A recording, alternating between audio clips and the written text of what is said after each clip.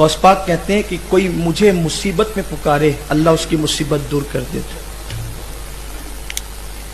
غوث پاک کی بڑی شان ہے. میرے مرشد نے فرمایا غوث پاک نے کہ میرے مرید کو ٹھوکر لگتی میں گرنے نہیں دیتا, اس کا ہاتھ پکڑ کے ہوتا, بس کوئی ان کا مرید بنے. مرید بننے سے مراد ہے کہ دل سے ان سے سچی محبت, شک و شبہ نہیں, یقین. بڑے پیر صاحب غوث پاک صاحب. پھر دیکھو الحمدللہ تعالی ان کی بڑی برکتیں. غوث پاک کا حال یہ تھا کہ غوث پاک کا نام کوئی بے وضو لیتا تھا تو وہ مر جاتا تھا.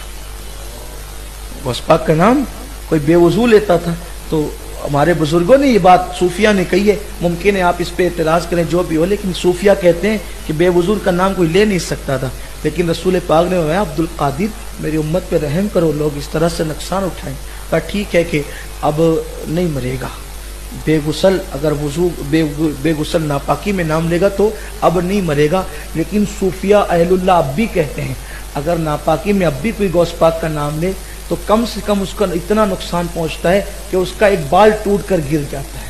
ایسا ہمارے اسلاف کہتے ہیں, ہمارے بزرگ کہتے ہیں. غوث پاک کی شان بہت بڑی, آپ کیا سمجھتے ہیں غوث پاک؟ غوث پاک کی شان بہت, یہ کیا کم شان ہے کہ جہاں جبریل تھک کر بیٹھ جاتے ہیں سدرہ پہ, جہاں جبریل امین, ہم رسول ملائکہ سے غیر رسول کو فضیلت نہیں دیتے, لیکن ذالک فضل اللہ یؤتی من یشاء.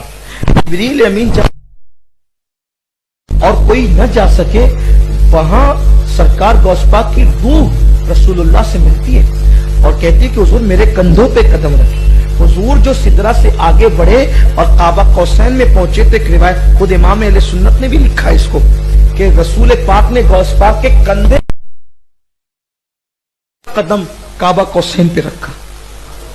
ثم دنا فد, تو جہاں جبریل کے پر تھک جاتے ہیں وہاں روح غوث اعظم جاتی. کوئی کم شان ہے, کوئی کون چھوٹا موٹا مقام ہے کسی کی ایسی شان کائنات ولایت کے اندر؟ یہ میری. اور پھر شیخ شہاب الدین عمر سہروردی کہتے ہیں اسی واقعے کا اثر تھا کہ جب غوث پاک پیدا ہوئے تو آپ کی پیٹھ پر رسول پاک کے قدم کا نشان موجود تھا.